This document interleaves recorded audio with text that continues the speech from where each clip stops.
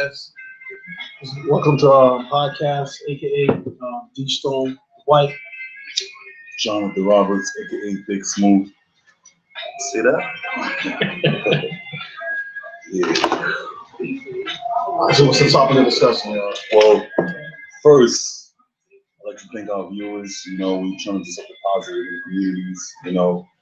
Um, it's about political and social awareness, education, entertainment, and just let you guys know you can do it. Sometimes it's a little bit hard, but we're here. You guys got this. Let's make common sense more of reality than something that's out there. You know what I mean? What's up, guys? How you feeling tonight? I'm feeling good, man. What topic are you going to talk about tonight? Topic, yo. Honestly, I want to discuss. It's Thursday. I wish it was Friday, but Yeah, man. Well, it's football night. We watching is it the Bengals versus Titans right now. I guess we could talk about maybe Kaepernick or whatever's going on right now. Well, most Talk about definitely. something serious or Yeah, something like yeah. something serious. Yeah, I could talk about Kaepernick. That's more of a angle that we could take right now. I think that the situation as far as Kaepernick, doing what he did, he didn't based on how he felt and what he saw that was going on in the public as far as how certain particular group is being treated. That's all. That's all he was basically bringing attention to. But I think the media kind of blew it out of proportion and made it more than what it is. And his message got lost. Right. It's freedom of speech. We already know, and I know that he's on a contract to do certain things as far as, he signed with the NFL. I know they have certain legal rights and rules in the laws, and that maybe he can't, affect them by saying certain things, but I don't think he was out of place. Maybe some people might say it's the timing, but I think at the end of the day, you can't stop someone from free speech as far as voicing how they feel and what's going on in the public. There's nothing wrong with that, but I think everyone else blew it out of proportion and they missed the message that he was trying to send. He was trying to bring attention to certain awareness, the problem that's out there that needs to be addressed. Can't change overnight. Right. In one day. However, do you think that it's appropriate in this country to live in this country? And I understand there's a lot of problems and stuff. Do you think it's a little disrespectful not to give the country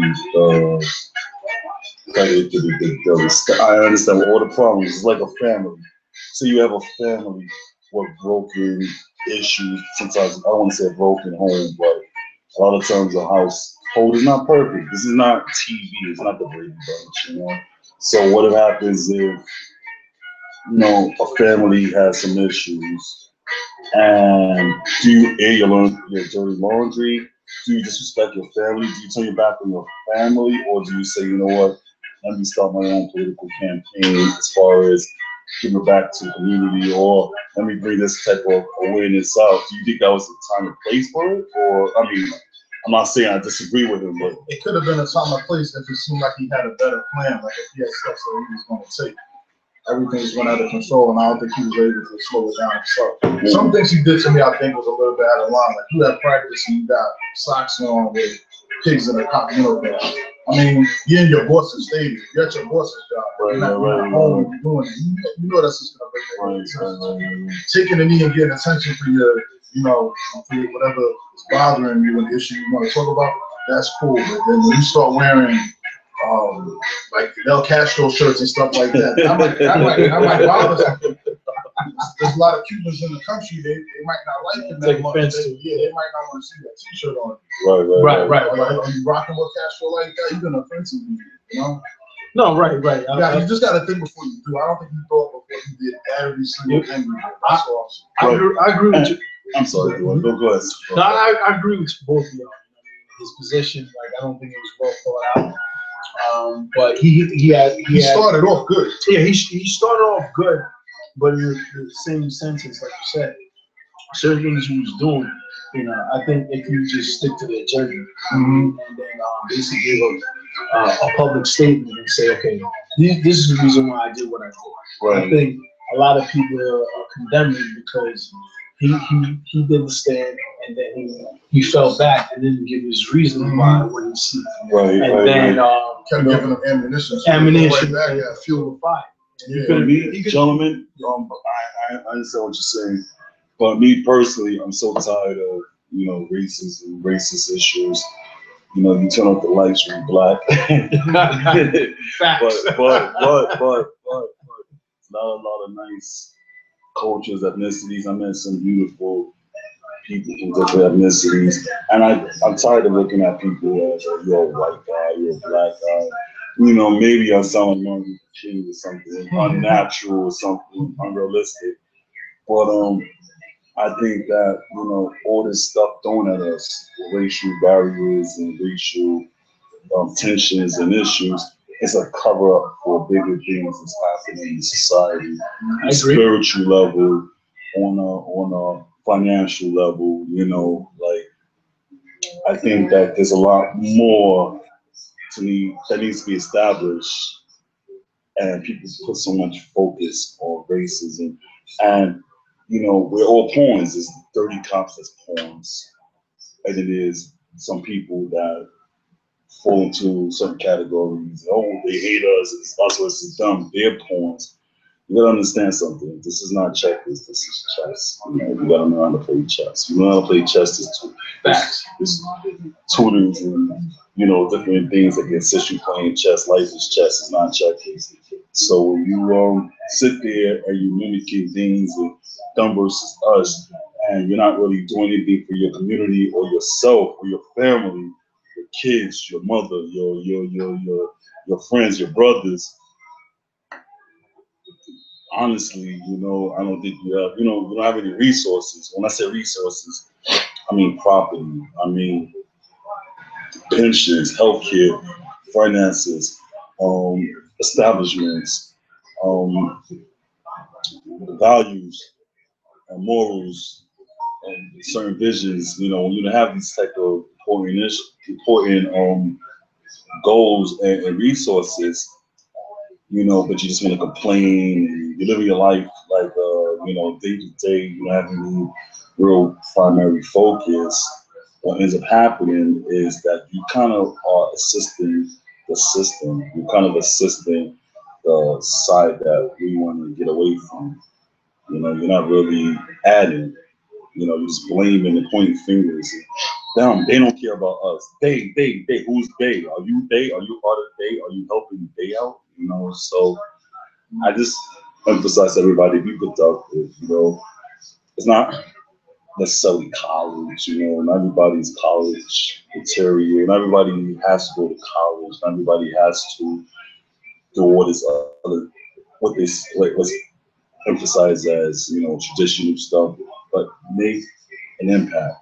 Start at home. Look in the mirror. Start at home. Provide for your kids. Provide for your loved ones. Be productive. Go to work with men. Work hard. Right. But don't just work stupidly. Work towards goals. Work, you know, short-term, long-term goals. Short-term goal, I'm gonna pay my light bill. Long-term goals, I'm gonna have 3 properties. Yeah, I just think that people just gotta, you know, you have to have a goal. Right. We gotta keep it real. Racism does exist, right? Mm-hmm. So number one, we gotta understand that we didn't project this type of mentality or this type of views. This is something that we already construct from the beginning of time, right? So if you go back to the beginning of time, as far as when America got established, separated from Absolutely, slaves, absolutely. you know, it was found on slavery, right? The slave Atlantic slave ship came to America with the African slave coming off and free labor, right? So the problem at hand, I think, is mostly that America was built on free labor, right? Mm-hmm. And certain people didn't get their 40 acres of the mule, which was part of the agreement of bringing the slaves here, right? So now America got established, and now the founding father that created the Declaration of Independence and the laws and rules and regulation is reaping the benefit of the slave coming here and help establishing the society. Like, can I ask you a question though? All right, let's fast forward to 2017. And let's say all this, I agree with what you're saying. It's 2017. And I'm a school counselor. I'm a work with special needs students. And, you know, some of them have learning disabilities and some of them have emotional disturbance. Some of them have autism. But to me, they're all students. They're all Equal? yeah. I would say they're equal. They all have life. God gave them breath. God gave them lungs. You know, they have oxygen in their lungs. They deserve to have the best quality of education or of life. What makes them really different? And I see them as pure. I see them as, you know, they don't see a lot of stuff that we see, that we put importance to. They don't see, they just see if Mr. Roberts treat me nice, if Mr. Roberts discipline me, you know. The kid at heart. Right, they good, pure, you know, angelic even. A lot of them. Now, my point is, it's 2017, and I see a lot of people in the system and content in the system and receiving a lot of assistance from the system. Are you part of the problem? Is that the acre of the mule that they're talking about? Because that's not the acre of the mule, that's not what I'm talking about. Because I, for one, you know, had it difficult growing up. I, for one, had various financial issues, ton of financial issues. But I was fortunate enough and blessed enough to try to that kind of escape a lot of financial persecution. So what happens when somebody's not as Productive. not necessarily productive, they're not as knowing, they don't have the opportunity, they're not mentally aware of certain things. Like, do you become part of the problem? Is it a cycle? You know, like I know people who had properties, their family inherited properties. Grandparents passed away, they get property. The kids gonna have properties. Now I know other people who live in projects. They have their grandma passed away. But the mommy gets the project. Right. Then the kid is like, well, mommy's not here. This is gonna be my place. You see, it starts here. Once it starts here and it starts here, you want to change things up. You say this is not right. This is not acceptable. You understand what I'm trying to say? Like I'm not saying that what you're saying is wrong, but when do people stand up for themselves and say, you know what, I need to be responsible for myself? Which I agree with you 100%. I'm not disagreeing. Things aren't easy. No. It's not easy, and we know that life in general is not fair, right? It's whatever you put into, you're gonna get out of it. That's facts, right? Well, where I'm trying to get at is that we cannot deny that a certain particular group didn't get a head start. Right? Absolutely. So that head start makes a major difference, right? One group is 100 yards. 100 yards ahead. Right, so, but I know some people. I'm in Staten Island. We're playing catch up. I'm in Staten Island. I know some teachers who are very, very passionate about teaching. They're very good teachers, and they might have two mom, dad, you know, little sisters, pay for student loans. They're good at heart. We might not have had those same issues, we might not have the same opportunities, but moving forward, I can say my kids are going to have certain opportunities, and my son's going to have certain opportunities. My niece and nephew are going to have certain opportunities. I can't look at those people funny who's trying to educate the kids in my community, who a lot of times, you know, stereotype. You see movies in Hollywood. Hollywood is terrible, by the way. I would love to be in Hollywood. Don't get me wrong. If y'all want to make me a little homes up big, I would love to be in Hollywood. But Hollywood, you know, they portray things that's not necessarily realistic. You know, you see these movies like Dangerous Minds and stuff. It's very unrealistic. It's very what I'm saying. I agree with you 100%. Me personally, my heart is pure. I don't see a race. I see a person, right? Mm-hmm. And I judge a person by their character, how they carry themselves, how they treat others. So if you want to be treated a certain way, if you treat me right, I'm gonna treat you right. If you treat me a certain way, you expect the same result. Every action is a reaction. So what I'm saying is that the way society do certain. would you say it's more socio-economical than racial, or would you say is I think it always comes back down to race? It's a little bit of both. Like me, because when I don't want to live in certain neighborhoods anymore. No, Like, no, no, I've but done it. no. You see the homies, like I'm cool back in the day, but right now I want to live with a I want a jacuzzi in my backyard, next to the pool. No, what I'm saying next to the outdoor stove, next to the grilling, chilling in nice neighborhood. The kids going to good school, but basement with the pool table. I mean, that's how I right. like I'm not like I said again. I'm not single out. I'm not pointing out a certain particular group. When you see, it's when you start talking racism, right? Or you're talking about bigotry, and you're talking about white supremacy. These words, you got to understand it, right? So a lot of people would say, when you start saying, let's be honest. Okay, we talking about Kaepernick, we talking about racism and stuff, and like you can see somebody who's getting a job placement, right? Somebody pops or somebody in power as a relative, they're gonna get the position. Of course they are. Of course they're gonna get the position. Mm-hmm. A problem to me, honestly, I know a lot of cops. There's a lot of good cops there, I'm not gonna say good and bad cops. But I know a lot of cops that were cornballs in school, and now they feel like they're the law, they're powerful now because we were corny back in the day. The same thing, we see this in Jerry Springer, not even Jerry, Ginny Jones back in the day. I was a dork back in the day. Now look at me now. Now look at me. I'm a bad shorty. I'm a bad brother cat now. Right. We've seen this before. We know this. Right. Same thing. There's some cops who love being police officers because their parents, their family were police officers, law enforcement.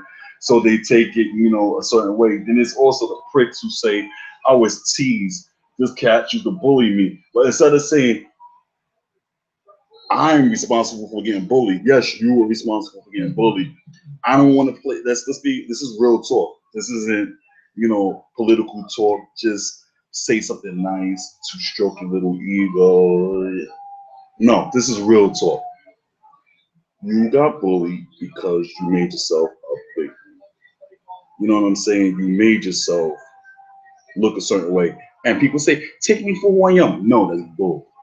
I'm not going to accept you for who you are because I won't accept myself for who I am if I don't fit this part, if I don't fit the standard. I got to put myself to a certain standard.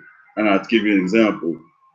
If your light bill is $300, you have central air, summertime, it's August. Now, you know what I'm talking about. You people own property at central air, you know what I'm talking about. Your central air is $300. What if you say, I only could have $100 and that's the best I can do. That's all I am. No. The collectors ain't gonna take that. You have student loans. Your student loan is $500. They're not gonna say, "Oh, I'm doing this." They can say you have a graduate payment plan where you pay this much for 2 years, and every 2 years it goes up. But they're never gonna say, "You know what, Johnny, Big Smooth 360." They're not gonna say, "I love that shit." They're not gonna say,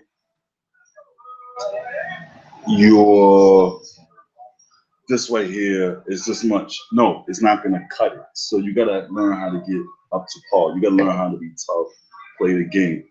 Gut check. I'm gonna write a book called Gut Check. And that means you have to check yourself and make sure you're up to par. You can't come incorrect or half step and then think that everyone else is supposed to catch your slack. I'm not saying you don't need help or you don't need assistance. That's fine. But don't say, this is just who I am.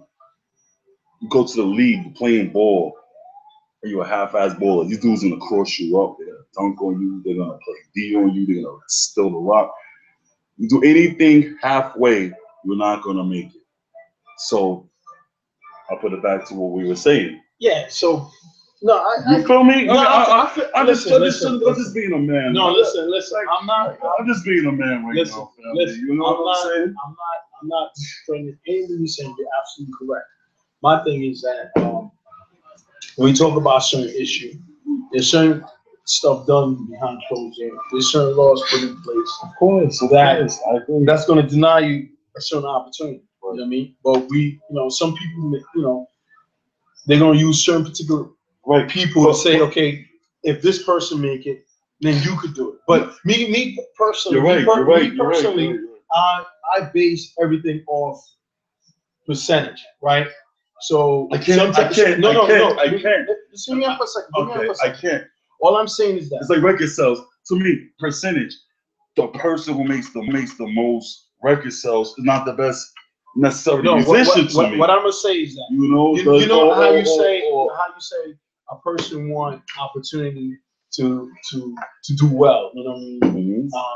It has a lot to do with your environment. And I think a lot of people become a product of their environment. So that's a disadvantage. So, for example, if a person stayed, say back in the 80s, right, in Brooklyn, where it was extremely bad, right? You picture a person stay there until they're like 12, 13 years old. Then their parents say, let me move you across water because you know what? I want to get you out of here because this environment is not great.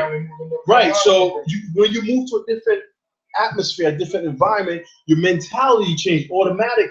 You dig what I'm saying? So you're exposed to different things. So absolutely, your vision is always going to be different. But you get what I'm saying? But if you picture that same person that moved across the water, that stayed there the whole time and experienced all the bad stuff, 9 or 10 times the percentage is that 85% of the time you're gonna become victim to your environment. That's all I'm saying. I'm not saying if I was an old head in the 80s, I would have been like Michael Douglas. I would have been filthy rich, bro. Them CDs at 20%, the real estate at $20,000. But you have to be exposed to those things. Of course you do.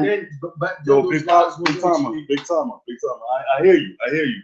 But this is what separates the boys from the men. Right. And it's like me right now. But what do you say in the inner city, most of those kids or most of those families was raised with a single parent home. So No. There was drugs, there was the crack. I get it. I'm from Brooklyn from the 80s. Right. And it was horrible back then. It was horrible. I remember the needles and I remember the drug transgression. I remember everything. I remember all that. I remember the gangs. I remember everything. It was infested. But I also remember how certain families owned the properties, and now they're filthy rich in Bushwick, when Bushwick and Broadway was the slums and the scums, and prostitutes walking around giving elementary school kids blowjobs for $5. Now, the people who own those places and those BS brownstones are millionaires because they, keyword was they. But look at the gentrification, though. No, but you look at Brooklyn, it's not the same. It's not the same. So the same people didn't own those properties that sold it. Some was. If a black man or a Puerto Rican man sold the properties in Bushwick where they lived at, they had the properties and they sold it now, they're gonna get. They made return on their investment. No. Why didn't everybody do that? Because cats was worried about what they were worried about at that moment in time. Right. Now there has to become a time where you say, I'm gonna be an individual. Now some cats I shut out. But that's when we go back to the thinking, where your mind. Well, yeah, that's what I'm saying. It has you gotta understand. By the way, everybody's on the same level. By the way, so how do you get the thinking right so the percentage change? How do you get the mental change? Okay, the mental change comes from this reality. When you're working every day, when you're doing certain things on a consistent basis, reality kicks in. For instance, I work for the school system. Reality kicked in when I had to wake up. I had to be at work at 8 o'clock. Now we used to chill, go to Perkins, drink all night, play ball, whatever. I couldn't do certain things. I used to go to the club every other night. You know we was club. Yeah. Going to Speed, Shadows, on the Tunnel. We going to clubs around Iceberg, all that old stuff. But yeah, Cool G's, all that. But it's like I had to say this isn't gonna work because I have to be at work at 8 o'clock the next morning. Then after work, I had to go to school, college. Then after that, I was working the weekends in spots, working until 2, 3 in the morning, tired, doing my work, helping out at home, 19, 20. So it becomes a responsibility thing. Not everybody is in a struggle, busting their ass, having a hard time. A lot of people are having fun, and then it hits home when it's too late. Reality hits home when you're in too deep sometimes. And I agree. what I want to do, because I'm not here to insult people, I'm here to try Motivate them, uplift, educate, tell people awareness. yes, we have to change our mind perception. It's not Right, black that's and why I asked you, how do you change the message? how do you change? How do you change? It's simple. You have to affiliate and you have to put yourself in situations, realistic situations where you're working, where you're busy. You know, not necessarily colleges, trade schools, it's militaries, there's different things that programs that can have you very time occupied and you're busy and you gotta take care of your business. You gotta take care of the key word of the night is responsibility. You gotta take care of your responsibilities. Because one way or another, you gotta be responsible. You're better off having a hard time in life at an early age and you learn from that and become a well-rounded adult than later on in life and you're struggling. You start blaming stuff, blaming my mom, my dad, this one, the white man, the black man, you know, there's white people that do it too. The black man, affirmative action, all these Mexicans come in this country. That's why we can't get no jobs. Meanwhile, Mexican, no disrespect. I shout out to Mexicans. They're cutting my grass, you know. It was a smile on my face. Smile on their face. You know what? I get them with a nice Christmas bonus. I hook them up, you know. But it becomes, you know. Are those the jobs they want? They're saying they can't get no jobs. They're taking no jobs. They don't want those jobs. Do you want to cut grass? No, because they don't want to cut grass. Right, because you want to watch this? There's not. Because they passed that phase. No, they don't want to do that. I learned something. Gentlemen, they're complaining about jobs. They don't want. Gentlemen, I learned something. When it comes to taking care of responsibility, I have no pride. I have no pride when it comes to taking care of responsibility. I agree with that. If I have my son has autism, I love him to death, he's 8 years old.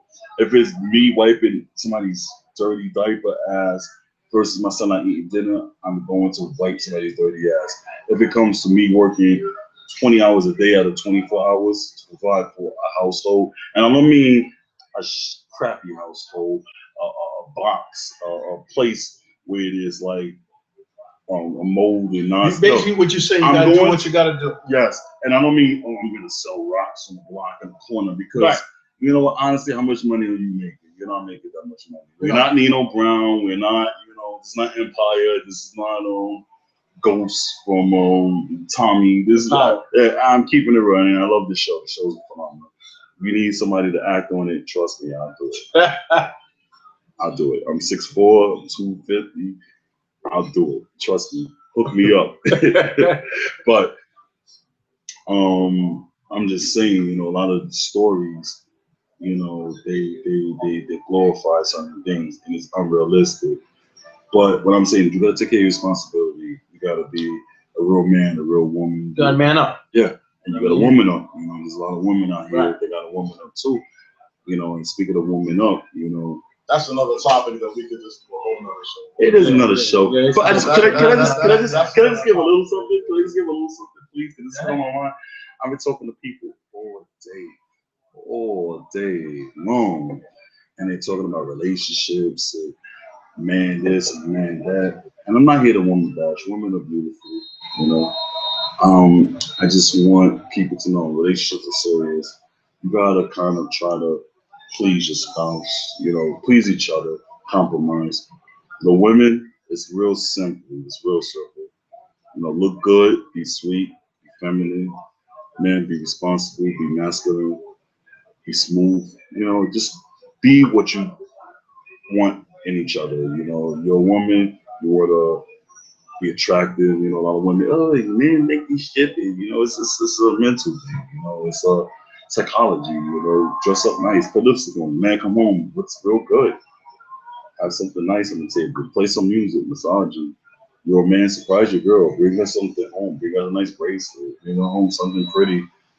Tell her you miss her. Kiss her. Look good while you're doing it too. Don't look like straggler, you know. Don't look like a half-asser, you know. I miss you, baby. Nah, look good while you doing that thing, man.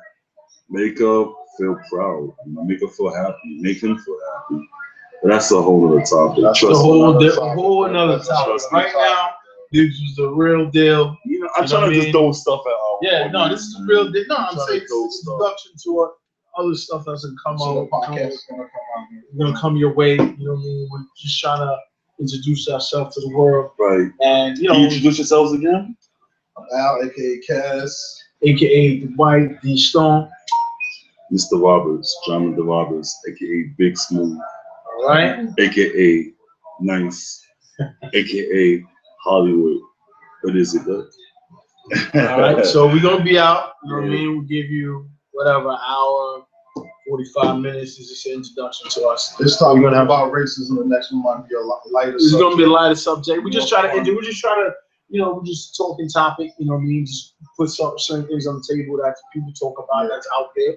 There's no right or wrong. We're just trying to find a way to trying to find a answer to the solution, basically. And then, if we could uplift one person, we did great, tremendous work. So, that's what it's all about. Just to stimulate the mind, make you think a little bit, make you look at things differently, from a different angle, from a different perspective. And that's all it's about. But don't take offense to it. What we're saying is just, we're just talking. It's a round table talk. That's all it is. And if you have an opinion, if you have something, please leave your message in the subject box. Or, comments or whatever. I mean, definitely respond to your comments. If you want us to talk about something specific or something light, let us know. You're our fans. We need y'all. We out. I'll tell you something else. I want you guys to have a great night. It's Friday. You deserve it. Peace. Peace.